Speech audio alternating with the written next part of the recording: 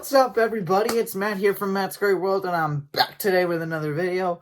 And today, I'm going to be talking about Kung Fu, specifically Kung Fu Panda! That's right.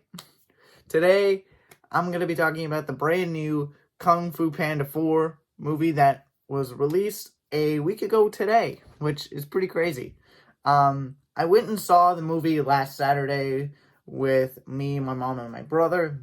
And let me just say, it was great to get to visit the Valley of Peace once again and go on another adventure with Po to save the world. I'm extremely excited to talk about this movie with all of you guys. So I'm not going to waste any more of your time. Let's get straight into it. So let's kick things off with the positives about this movie that I really enjoyed. And the one thing that kind of stuck out to me the most when I was watching this movie, I just could not get enough of the performances by some of the voice actors in this film, particularly Awkwafina. I mean, Viola Davis and Jack Black, both had incredible performances. I mean, Jack Black, obviously, he's gonna give it his all, and he did a really good job this time around as well. But Awkwafina stood out to me the most playing Jen.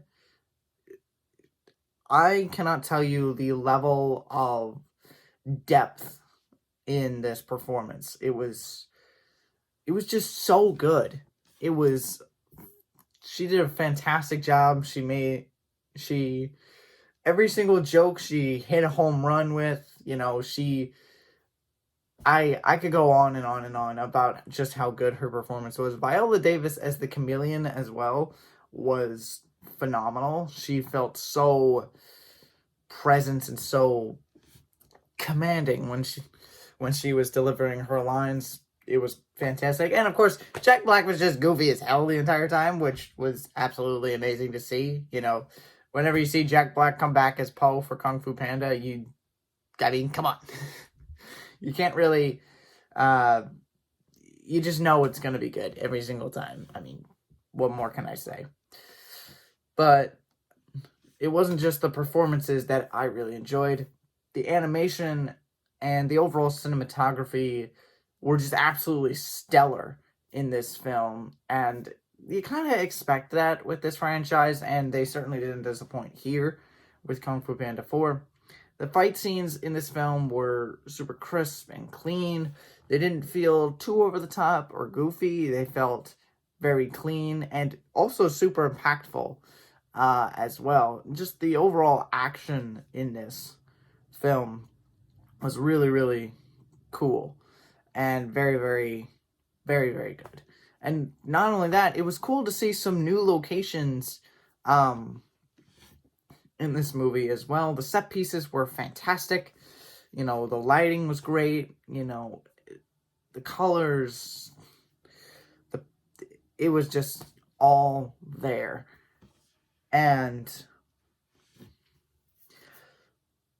But I will say nostalgia did play a big factor in this film, because I know you guys have probably heard it a lot from a lot of other people, but getting to see the very first villain from this franchise make a return to the franchise was pretty freaking cool to see. Even though Tai Lung didn't exactly have the biggest role in this film, it was still really, really cool to see him in this film. The change in tonality for his character was super cool to see as well. He didn't really seem so uptight and serious and vengeful as he did in the first movie.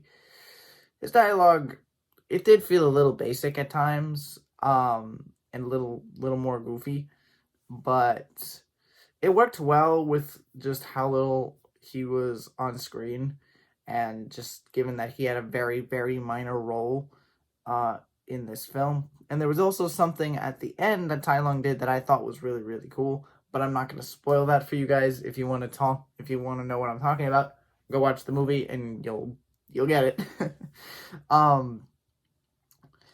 But also, getting to see Lord Shen and General Kai make a return was awesome as well. Even though they didn't really even get any lines. And I know that was something my brother was super disappointed with. He wanted General Kai to actually say something or do something, which didn't happen. But hey, you can't give everyone their moment in a movie that's an hour and a half long. But still, it was really, really cool to see them on the big screen again. Plus, the overall dynamic between Mr. Ping and Lee was absolutely freaking hilarious. James Hong and Bryan Cranston, again, awesome performances. Just seeing them be wild and goofy as two very worried parents who just on their own right are hilarious. I mean, Mr. Ping is just freaking funny, just all by himself. And it was also really refreshing to kind of get to see that different side of them as well. We didn't really get to see that in previous installments. And it just added some layers to their characters overall. Plus, the last thing I want to talk about with the positives is the overall message of the film was very, very inspiring and very, very hopeful. Kind of talking about how change really isn't necessarily a bad thing. It can be scary, but it's not, bad by any means. At least not all the time. The topics that are talked about within this franchise are always very real and very grounded, and they don't really try to make it too complex or hard to understand or just too simple where it's just like, oh, you kind of get it right from the get-go. That's something I've always really enjoyed about these movies, and it's something that they've hit a home run on each and every single time, which I'm glad to see that they're still doing that even now with the fourth installment in this franchise. We've talked about the positives. Let's take a look at the negatives. First negative that I want to talk about is the pacing for this film. It felt a little quick to me, and as there were a lot of scenes that I felt that should have been longer and others could have been shorter. And personally, there were just a few moments where the transitions just felt a little too quick and too jagged, and maybe not as necessary. I feel like there could have been a little more time. I think this movie could have been more around the 2-hour mark. You probably, if not, maybe you could have made it like 2 hours and 50 minutes. I know that's only like a 20-minute. That's 20 minutes more than what the film actually is, but I would have, at least for me, I would have liked it to be a 2-hour movie, or just slightly over 2 hours. It just felt like everything moved a little too quick. And also, the humor in this film just really wasn't all that good at times. The jokes themselves were fine. It's not like they were written badly or anything like that. It just felt like there were too many of them at times, and some of them were a little too repetitive. Like some of the stuff that Lee was doing throughout the course of the film, it just felt a little dumb, I guess. And dumb humor isn't really the kind of thing that I really enjoy. And after a while, some of the jokes and some of the more comedic aspects just kind of grew a little stale and kind of just became background noise for me. Again, jokes themselves weren't bad necessarily. They weren't written poorly. It's just there was just too many of it. There was just too much of it. Too many jokes. And it just felt like they were a step down from what we were used to getting with previous installments. And another thing that really bummed me out, and also bummed my mom out, was the fact that the Furious 5 was basically non-existent in this entire film. They didn't even show up until the end credits started to roll. And that was the first and only time we saw them. It wasn't the first time they were mentioned, but they were nowhere to be seen. No one talked about them. Nothing. It's like, and that was really disappointing for me. They didn't even get any lines, which was by far the most disappointing part of the whole movie. The story itself was fine without the Furious Five, but I would like to see more of them in the next film. And as I mentioned before, the humor wasn't on par like usual. And if I'm being honest, there really weren't a whole lot of serious moments that counteracted the comedy in any way. Like, there were serious moments, don't get me wrong. But they just felt not as important. They felt a little flat. And again, they also felt a little too quick. It wasn't like completely bad. Like, I'm not saying these serious moments weren't like monotone in any way, but they just didn't feel as impactful as some of the more serious moments that we would come to expect in previous films. There was definitely some weight to these more serious and real moments, but not enough to really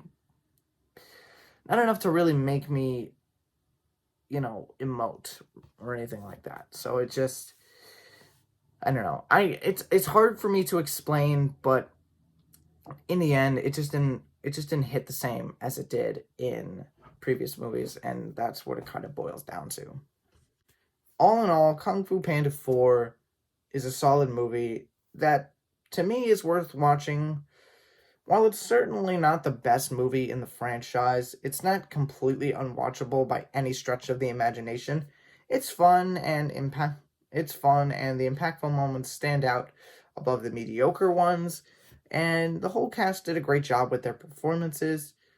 And for me, if I had to give this a rating out of 10, I think I'd go with a rating of 6 out of 10. I thought about giving it a 7, but I'm like, that just doesn't feel quite right. So I'll give it a 6 for right now. I love this franchise. I grew up on it, but I think there were definitely some misses in this film. I mean, the last time we had a Kung Fu Panda movie before this one was back in 2016, which was 8 years ago. So there's been a long gap. And there was, this movie wasn't directed by the same people who directed the last few movies. And I think even the writers were different as well, along with a couple of new producers. So there was definitely a lot of change behind the scenes, so that's kind of expected. I just hope that things are better with the next Kung Fu Panda movie, which it sounds like they're planning on making 2 more, and Kung Fu Panda 4 has already crossed $100 million at the box office domestically, I believe. It could be also worldwide too, I'm not sure. But yeah. But again, I love this series. I loved this movie. I thought it was good, but it just wasn't the best. But yeah, the misses definitely brought the rating down for me this time, which I kind of feel bad about, but at the same time, I can't sugarcoat it. I've never sugarcoated that stuff for you guys, but hey, I'm still gonna get the movie when it comes out on DVD, and I'm sure it'll come out on streaming too before then, so it's not like I'm never gonna watch it again. It's just not my favorite Kung Fu Panda movie. But now that that's all said and done and out of the way, thank you guys so much for watching. I'm glad you guys came out to see this video. And before I go, if you could do me a huge favor, hit the like button down below, leave a comment, and subscribe for more videos every single week. Let me know what you guys thought of the movie in the comments below. I'm really curious to see whether you guys thought it was a good movie, a bad movie, somewhere in between. Let me know what your positives and negatives were. And yeah, I'm just genuinely curious what people think about this movie, because I think it was solid, but like I said, not the greatest. Well, that's all for me for today. Once again, thanks for watching, and stay safe, stay warm, stay happy. It's never goodbye. It's just till next time. I'll see you guys later.